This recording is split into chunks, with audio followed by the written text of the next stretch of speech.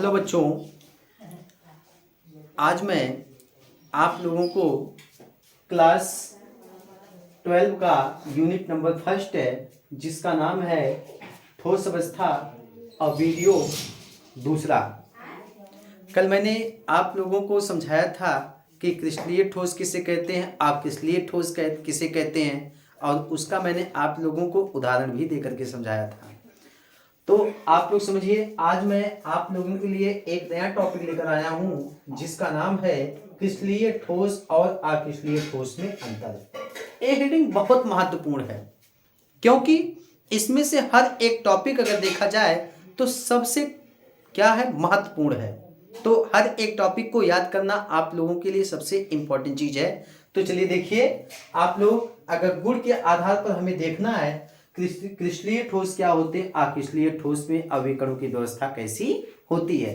तो अगर हम ज्यामितीय गुण के आधार पर देखते हैं, अगर गुण के आधार पर देखते हैं तो ज्यामितीय गुण के आधार पर देखते हैं तो क्रिस्टलीय ठोसों में जो अवयवी कणों की व्यवस्था होती है, अवयवी कणों की जो व्यवस्था होती है वो कैसी होती है, व्यवस्था निश्चित होती है। क्या होती है बच्चों, निश्चित है व अभिलाक्षणिक होती है। क्या होती है, अभिलाक्षणिक होती है, अभिलाक्षणिक होती है, अभिलाक्षणिक होती है और अभिलाक्षणिक होती है। और अक्रिस्टलीय ठोसों में अवयवी कणों की जो व्यवस्था होती है, किसकी, अवयवी कणों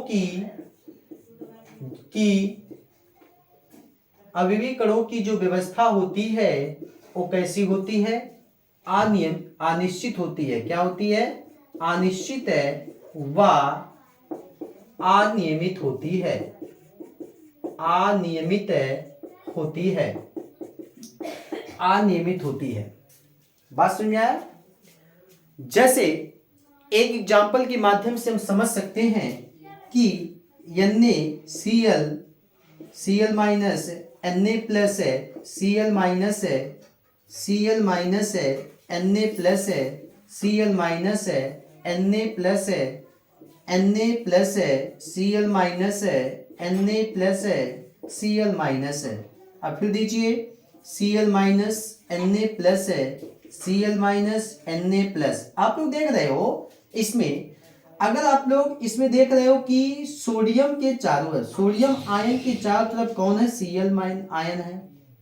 कौन है, सोडियम आयन के चारों ओर क्या है, यानी क्लोराइड आयन है। यानी हर Na के आसपास Cl है और हर Cl के आसपास Na है। इस वजह से हम कह सकते हैं कि NaCl में क्या होता है, Na और Cl आयनों का जो क्या होती व्यवस्था होती है वो निश्चित होती है और अभिलाक्षणिक होती है।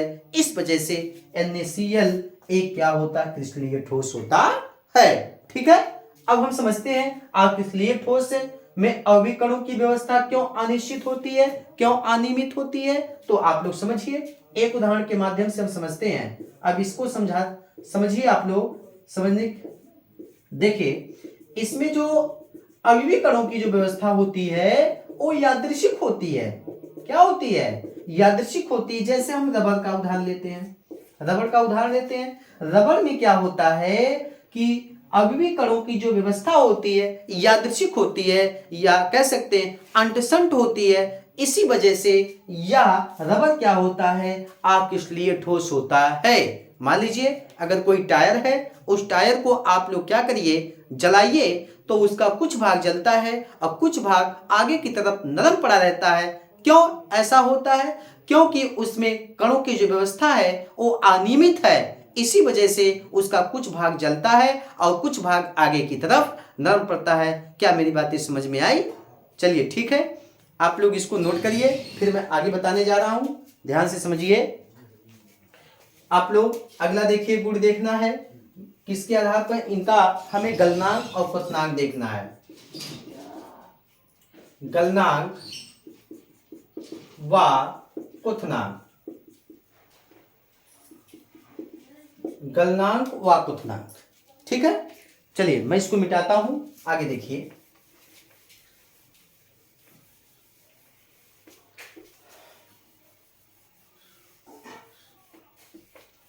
चलिए अब देखना है कि जो क्रिस्टलीय ठोसों का जो गलनांक होता है वो निश्चित होता है।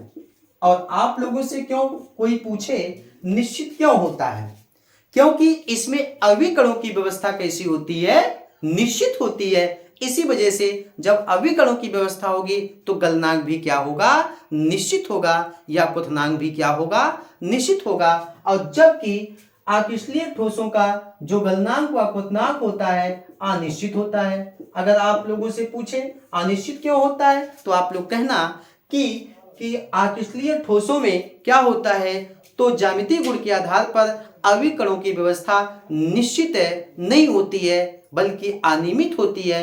इस वजह से हम कह सकते हैं ये निश्चित नहीं होती है, इसलिए इनका गलनांक और क्वथनांक क्या होता है, अनिश्चित होता है। आप लोग इस बात को समझे। चलिए अगला गुण हम देखते हैं। अगले गुण के आधार पर क्रिस्टलीय ठोस का देखते हैं। अब आप लोग आगे देखिए, जैसे है नंबर 3 दैसिकता। दैसिकता का गुण, दैसिकता के गुण में हम देखते हैं कि क्रिस्टलीय ठोस है किस प्रकार के दैसिकता का गुण प्रदर्शित करते हैं और अक्रिस्टलीय ठोस किस प्रकार के दैसिकता का गुण प्रदर्शित करते हैं। तो आप लोग सुनिए, इसमें क्या होता है, एक एग्जाम्पल के माध्यम से Na plus Cl minus Na plus Cl minus Cl minus Na plus Cl minus Na plus Na plus Cl minus Na plus Cl minus Cl minus Na plus Cl minus Na plus. आप लोगों ने देखा, अगर देखिए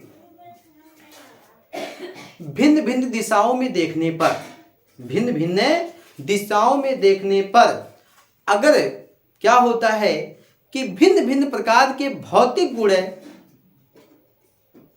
प्रदर्शित होते हैं या भौतिक गुण होते हैं तो हम कह सकते हैं कि वह ठोस क्या होता है, विषम दैसिक होता है। वह ठोस किस प्रकार का गुण प्रदर्शित करता है, विषम दैसिकता का गुण प्रदर्शित करता है। ये क्या होते हैं, विषम दैसिकता का गुण प्रदर्शित करते हैं। किसका, विषम दैसिकता का, विषम दैसिकता का गुण प्रदर्शित करते हैं। किसका, विषम दैसिकता का गुण प्रदर्शित करते हैं। कौन विषम दैसिकता का गुण प्रदर्शित करते हैं, क्रिस्टलीय ठोस। क्यों, अगर आप लोग देखो इस दिशा से देखते हो, ये देखिए तो ये पहला है, तो यहां से देख रहे हो पहले कौन है, Na प्लस है, फिर Cl माइनस है, फिर Na प्लस, फिर Cl माइनस है। आप लोग देख रहे हो कि पहले Na प्लस है, फिर Cl माइनस है, Na प्लस है, Cl माइनस। लेकिन इस दिशा से अगर देख रहे हो कि सब के सब कौन है, Na, ये सेकंड स्टेप है। तो इसमें देख रहे हो कि सब के सब केवल Na प्लस है, सब के सब Cl माइनस है, सब के सब Na प्लस है और सब के सब Cl माइनस है। और पहले दिशा से देख रहे हो कि पहले Na प्लस है, फिर Cl है, फिर Na प्लस है, Cl है। अर्थात ये क्या करते हैं, भिन्न भिन्न दिशाओं से भिन्न भिन्न भौतिक गुण प्रदर्शित करते हैं। इस वजह से आपके जो क्रिस्टलीय ठोस होते हैं वो विषम दैसिकता का गुण प्रदर्शित करते हैं। और इसके अलावा आप लोग देखते हो कि इसमें क्या होता है, अविकणों की व्यवस्था अक्रिस्टलीय ठोसों में अविकणों की व्यवस्था कैसी होती है, अनिश्चित होती है या अनियमित होती है। तो ये समदैशिकता का गुण प्रदर्शित करते हैं। किसका, समदैशिकता का गुण प्रदर्शित करते हैं। समदैशिकता का गुण है, लिखोगे प्रदर्शित करते हैं, समदैशिकता का गुण प्रदर्शित करते हैं। मान लीजिए प्रेयर का समय है, 9th के बच्चे अलग लाइन में खड़े हैं और 10th के बच्चे अलग लाइन में, 11th के बच्चे, 12th के बच्चे अलग अलग लाइनों में खड़े हुए हैं। मान लीजिए कोई एक नया टीचर आया और उसको बता दिया जाए कि 9th के बच्चे हैं, 9th के बच्चों की लाइन है, ये 10th के है, ये 11th के हैं, ये 12th के बच्चों की लाइन है। अब वहां क्या होगा, वे बच्चे विषम दैशिकता का गुण प्रदर्शित करेंगे। लेकिन क्या होगा, लेकिन जब इंटरवल का समय होता है और बच्चे एक साथ क्या करते हैं, क्या इंटरवल करते हैं तो उसमें मिल घुल जाते हैं, तो आप लोग जानते हो कि भीड़ की कोई शक्ल नहीं होती है। कैसे, मैं समझा रहा हूं। तब उसी टीचर से आप लोगों से अगर उसी टीचर से पूछा जाए कि ये बताइए कि 21 क्लास के बच्चे हैं, इसमें 9th के बच्चे कहाँ हैं, 10th के बच्चे कौन कौन हैं, तो इसमें वो क्या कहेगा कि मेरे लिए सब समान है, यानी भीड़ की कोई शक्ल नहीं होती है। इस वजह से क्या होता है कि आकिस्लीय ठोस जो होते हैं ये समदैशिकता का गुण प्रदर्शित करते हैं। मतलब टीचर ने कहा मेरे लिए सब समान है, यानी भीड़ की कोई शक्ल नहीं होती है, सब भीड़ में सभी लोग एक समान होते हैं। इस वजह से कह सकते हैं कि आकिस्लीय ठोस जो होते हैं वो समदैशिकता का गुण प्रदर्शित करते हैं। क्या आप लोगों को समझ में आया?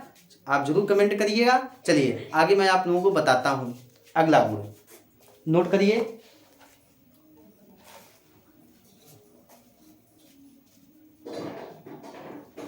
चलिए दैशिकता का गुण आप लोगों को समझ में आया होगा, हम आशा करते हैं कि आप लोगों को दैशिकता का गुण समझ में आया होगा।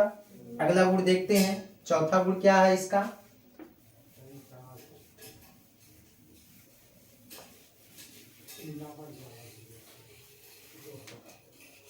चलिए आप लोग अब चौथे गुण पर चलते हैं, देखते हैं कणों की व्यवस्था। कणों की व्यवस्था,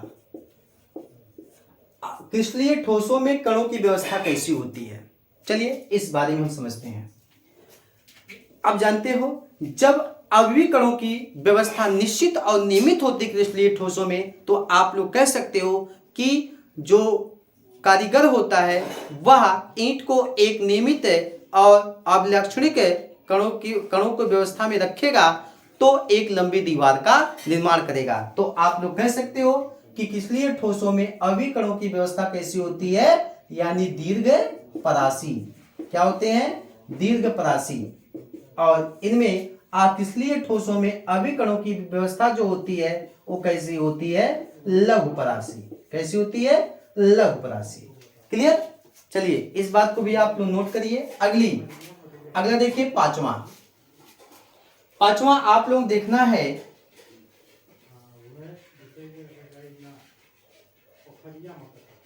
पांचवा, चलिए अच्छा नोट करिए फिर मैं आगे पढ़ा रहा हूं।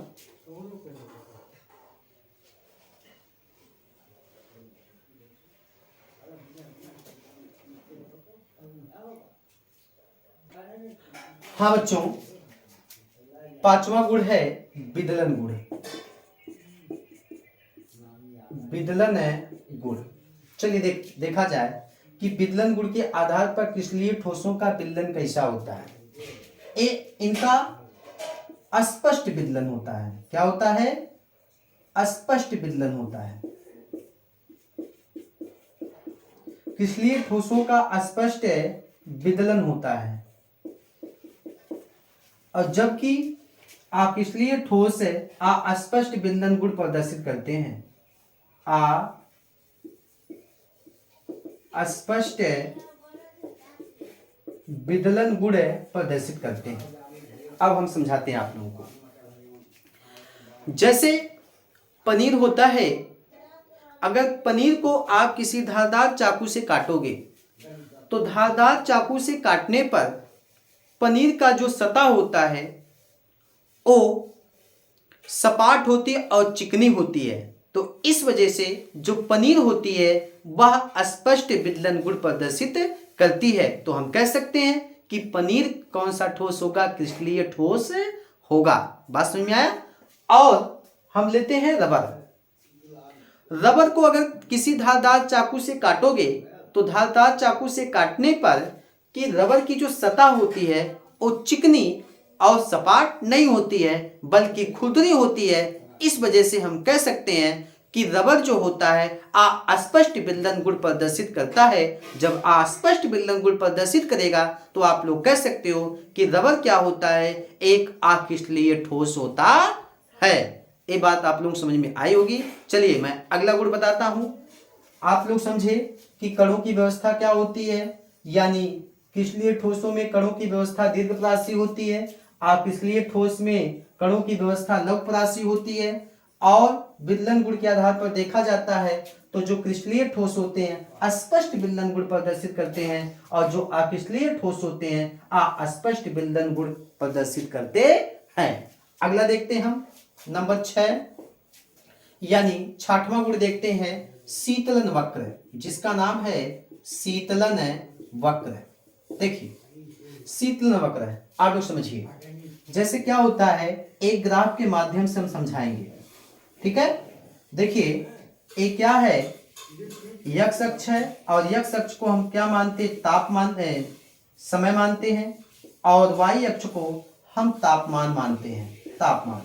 मान लीजिए कोई भाप है और उस भाप का जो तापमान है 160 डिग्री टेम्परेचर है, 160 डिग्री है, और इसके बाद 140, 120, 110, इसके बाद कितना आएगा, मान लीजिए आपका 100 आया, इसके बाद 80, 60, 80, 60, 40, इसको थोड़ा और नीचे बढ़ा दीजिए, नीचे कर दीजिए, 60, 20, इसके बाद 10 और 0 डिग्री सेंटीग्रेड टेम्परेचर है। तो आप लोग इसके बारे में समझिए, ठीक है। अब देखिए एक क्या है, टेम्परेचर है, सबका टेम्परेचर। अब भाप का तापमान 160 है और इस भाप को हमें लाना है यानी द्रव अवस्था में। तो द्रव अवस्था में लाने के लिए एक भाप क्या हो जाएगा, यहाँ इसकी अवस्था में परिवर्तन हो जाएगा। द्रव में लाने के लिए भाप की अवस्था में क्या आएगा, परिवर्तन, यानी अवस्था यहाँ क्या हुआ, परिवर्तित हुआ, अवस्था परिवर्तित हुआ। और फिर यानी अगर भाप को द्रव अवस्था में लाना है तो आपको टेम्परेचर कितना करना पड़ेगा, 100 डिग्री सेंटीग्रेड करना पड़ेगा, और जब 100 डिग्री सेंटीग्रेड करना पड़ेगा तब वह द्रव अवस्था में आएगा। अब द्रव अवस्था से आप लोगों को ठोस अवस्था में लाना है तो टेम्परेचर कितना लाना पड़ेगा, 0। तो क्या हुआ, अवस्था परिवर्तन। इसमें भी क्या हुआ, अवस्था में परिवर्तन करना पड़ा। और जब अवस्था में परिवर्तन करना पड़ा यानी भाप गैस से द्रव में और द्रव से क्या करना पड़ा, यानी गैस से द्रव में, द्रव से ठोस अवस्था में लाने समय समय पर हमें अवस्था में परिवर्तन करना पड़ा। तो हम कह सकते हैं कि एक कौन सा वक्र प्रदर्शित करते हैं, असतत। तो क्या होते हैं, जो क्रिस्टलीय ठोस होते हैं वो असतत है, क्या करते हैं, असतत वक्र प्रदर्शित करते हैं। इनका वक्र कैसा होता है, असतत वक्र होता है। और इसके बाद लेकिन इसमें क्या होता है कि जो आकृष्णीय ठोस होते हैं, आकृष्णीय ठोस से एक कौन सा वक्र प्रदर्शित करते हैं, सतत वक्र प्रदर्शित करते हैं। इनका वक्र कैसा होता है, जो शीतलन वक्र होता है, सतत। क्योंकि इन्हें कोई भी आप लोग टेम्परेचर दीजिए, किसी भी टेम्परेचर पर ये वही काम करते रहेंगे, इसी वजह से ये सतत वक्र प्रदर्शित करते हैं। इनकी अवस्था में कोई परिवर्तन नहीं होता है। आप लोग समझे कि जो शीत, अब आप लोगों से कोई पूछे कि क्रिस्टलीय ठोस का शीतलन वक्र कैसा होता है, तो आप लोग कहना सतत होता है, और आकृष्णीय ठोसों का जो वक्र होता है वो कैसा होता है, सतत वक्र होता है। ये बात मैं मानता हूं कि आप लोग आई होगी। चलिए अगला हम गुण देखते हैं, नोट कर लीजिए।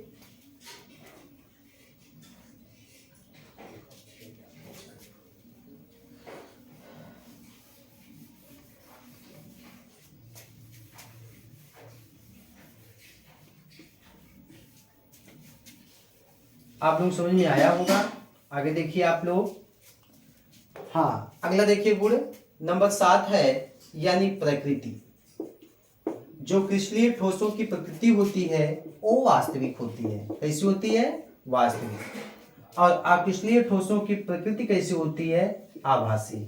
अब आप लोग कैसे कह सकते हो आभासी हो सकती है, तो आप लोग कहिएगा कि क्या होता है कि क्रिस्टलीय ठोसों के अवयवी कणों की जब व्यवस्था निश्चित होगी, नियमित होगी, तो हम कह सकते हैं कि क्रिस्टलीय ठोसों का जो अवयवी कण होते हैं वास्तविक होते हैं, और अक्रिस्टलीय ठोसों के अवयवी कण क्या होते हैं, आभासी होते हैं। क्योंकि इनमें अवयवी कणों की व्यवस्था निश्चित नहीं होती है बल्कि अनियमित होती है। इस वजह से हम कह सकते हैं अवयवी अक्रिस्टलीय ठोस क्या होते हैं, आभासी गुण प्रदर्शित करते हैं। अब एग्जाम्पल लिख लीजिए आप लोग, उदाहरण, इनके उदाहरण लिख लीजिए आप लोग जल्दी से। इनका उदाहरण है जैसे NaCl, जैसे आपका AgBr, या आप लोग कह सकते हो कॉपर होता है, सिल्वर होता है, जिंक होता है, आदि भी हो सकते हैं मान लीजिए। और आगे लिख लीजिए पनीर। ये सब क्या होते हैं, आपके क्रिस्टलीय ठोस होते हैं। और इसका जो उदाहरण होता है, इसमें जैसे कांच होता है, रबर होता है, जैसे प्लास्टिक होता है, प्लास्टिक है, ये सब आपके क्या होते हैं, आप इसलिए ठोस होते हैं। तो बच्चों आज के लिए बस इतना ही। आगे मैं आप लोगों से कल मिलूँगा अगले वीडियो में। तो आज के लिए आप लोग इतना ही, धन्यवाद।